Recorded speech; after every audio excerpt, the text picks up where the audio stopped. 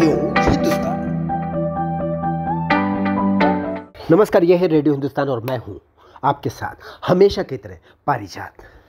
कहाँ चला जाता है आदमी मरने के बाद? जी, आदमी कहीं नहीं जाता, आत्मा जाती है। आदमी यहीं छूट जाता है। उसे लगता है कि वो शरीर है, इसलिए यहाँ रह जाता है। अगर उसको पता चल जाए कि वो आत्मा है तो बिल्कुल आप कह सकते हैं आदमी मरने के बाद चला जाता है। जी हाँ, शरीर रह जाता है, आत्मा चली जाती है। आत्मा और आदमी एक ही बात है।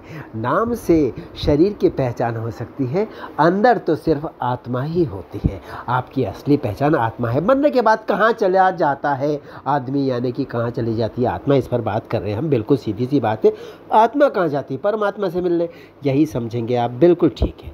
परमात्मा तो होता ही है आत्मा के भीतर आंशिक रूप से।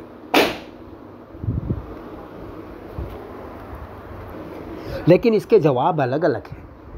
कई लोग बताते हैं कि यहाँ चली जाती है आत्मा, कोई लोक होता है वहाँ चली जाती है, कुछ पीड़ा का काल होता है उसे भुगतना होता है, अलग जगह भेज दिया जाता है, सज़ा मिलती है। जी हाँ, ये सब बातें आंशिक तौर पर सही है।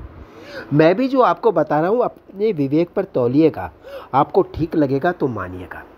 देखिए, जो ईश्वर ने व्यवस्था की है, जो हम लोगों को जानकारी हमारे धर्म ग्रंथों के माध्यम से मिली है, वही हम आगे बढ़ा रहे हैं। मैं भी वही प्रयास कर रहा हूँ अपने शब्दों में। ईश्वर की व्यवस्था यह है कि आप जन्म जन्मांतर तक जन्म लेते रहेंगे, जिसको प्रारब्ध भोग कहते हैं। उसके कारण आपको फिर जन्म लेना पड़ेगा। कर्म भोग होता है, पूर्वकृत कर्मों का आपको निपटान करना होता है, भुगतान करना होता है। अच्छे कर्म किए हैं तो उसका परिणाम भुगतना पड़ता है, जो अच्छा होता है। बुरे कर्म किए हैं तो उसका परिणाम भुगतना होता है। बुरे कष्ट, बुरे समय को गुजारना होता है। जिस जीवन में आपको, जिस योनि में भेजा जाता है, उसके माध्यम से आपकी सज़ा तय होती है। तो ये हो गया कर्म चक्र, ये है जीवन चक्र। जब आप कर्म चक्र से मुक्त हो जाएंगे, यानी कर्म आपका शेष नहीं रहेगा, तब आपके पास पुण्य नहीं रहेंगे, पाप भी नहीं रहेंगे, और आप पाप पुण्य से मुक्त होकर के प्रारब्ध से मुक्त, प्रारब्ध यानी पूर्वकृत कर्मों का भुगतान, उससे भी मुक्त हो जाएंगे। तब आपको मिलेगा मोक्ष। मोक्ष मिलने के बाद इस जीवन चक्र से आप हमेशा के लिए स्वतंत्र हो जाएंगे। अब इस जीवन चक्र में क्या होता है, जब एक शरीर से दूसरे शरीर में आप जाते हैं, आपका शरीर छूट जाता है, आत्मा ऊपर आती है, आपका हिसाब किताब होता है। आपसे चित्रगुप्त महाराज आपका हिसाब आपको दिखाते हैं, आपको बताते हैं ये किया है, ये अच्छा किया, ये बुरा किया है। उतनी देर के लिए आपकी आत्मा के अंदर की चेतना जागृत हो जाती है, यानी आत्मा ही चेतना है, वो जागृत हो जाती है और उसे पता चल जाता है कि इस जन्म में क्या गलत, क्या अच्छा किया। लेकिन जो ही उसको दूसरे शरीर में डाला जाता है, उसकी चेतना लुप्त हो जाती है, सुप्त हो जाती है आत्मा, और शरीर जागृत हो जाता है। देखिए, स्थिति यह है। और उसके बाद जो उसे बताया गया था, ये आपने बुरे कर्म किए, इसका आपको भुगतान करना होगा, वो उसे याद नहीं रहता, पर भुगतान करना पड़ता है।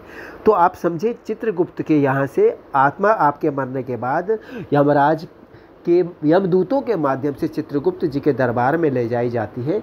वहाँ पर आपको रुकना होता है। फिर उसमें आपकी सज़ा तय होती है बुरे कर्मों के अनुसार।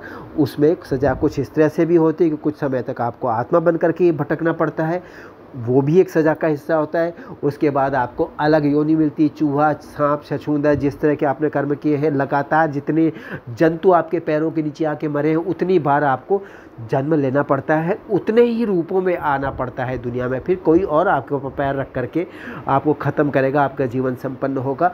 फिर आप नए जीवन के लिए फिर चित्रगुप्त जी के द्वार पर खड़े होंगे, दरबार में आएंगे, और फिर आपको नए जन्म के लिए, ये है कर्म भोग जो चलता रहेगा। और उसी के दौरान आपको अच्छे फल भी मिलेंगे जो आपने अच्छे कर्म किए हैं। मनुष्य रूप में, कुत्ते के रूप में, कई बार आपकी जान बच जाएगी, कई बार आपको अच्छा कुछ खाने को मिल जाएगा, कई बार अच्छी अच्छी चीज़ें मिल जाएंगी।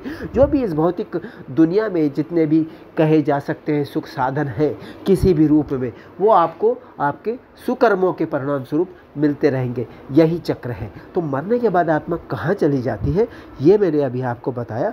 आत्मा पूरी तरह से मुक्त कभी नहीं होती। आत्मा जब शरीर में होती है तब भी मुक्त नहीं होती है, और जब शरीर छूट जाता है, जो कहते हैं मृत्यु हो जाती है, तब भी आत्मा मुक्त नहीं होती, क्योंकि फिर वो परम सत्ता के अधीन होती है। चित्रगुप्त के दरबार में, यमराज के दरबार में उसका सारा हिसाब किताब होता है, एक एक क्षण उसे बताया जाता है, कहाँ रहना है, कहाँ रुकना है।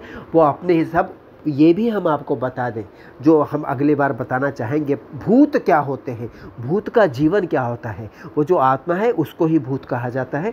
उसका पूरा मैं आपको बताऊंगा, कैसे रहती है, कैसे चलती है, कैसे खाती पीती उठती बैठती है, जब तक उसे नया जन्म नहीं मिल जाता।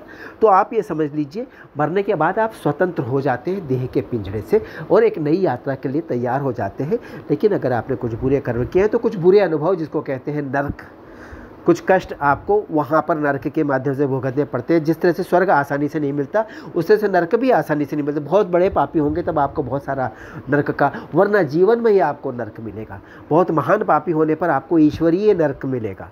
इसी तरह से बहुत महान आप सज्जन आदमी होंगे तो आपको ईश्वरीय स्वर्ग मिलेगा, वरना आपने बहुत अच्छे कर्म किए हैं तो इस पृथ्वी में, इस जीवन में आपको स्वर्ग मिलेगा, यानी कि अच्छे सुख साधन मिलेंगे। चलता हूँ, फिर आपसे मिलूंगा रेडियो हिंदुस्तान पर। करते रहिए काम, सुनते रहिए रेडियो हिंदुस्तान और बोलते रहिए जय श्री राम। पानी बचाइए, सबको सिखाइए, पेड़ लगाइए, सबको सिखाइए। राम राम।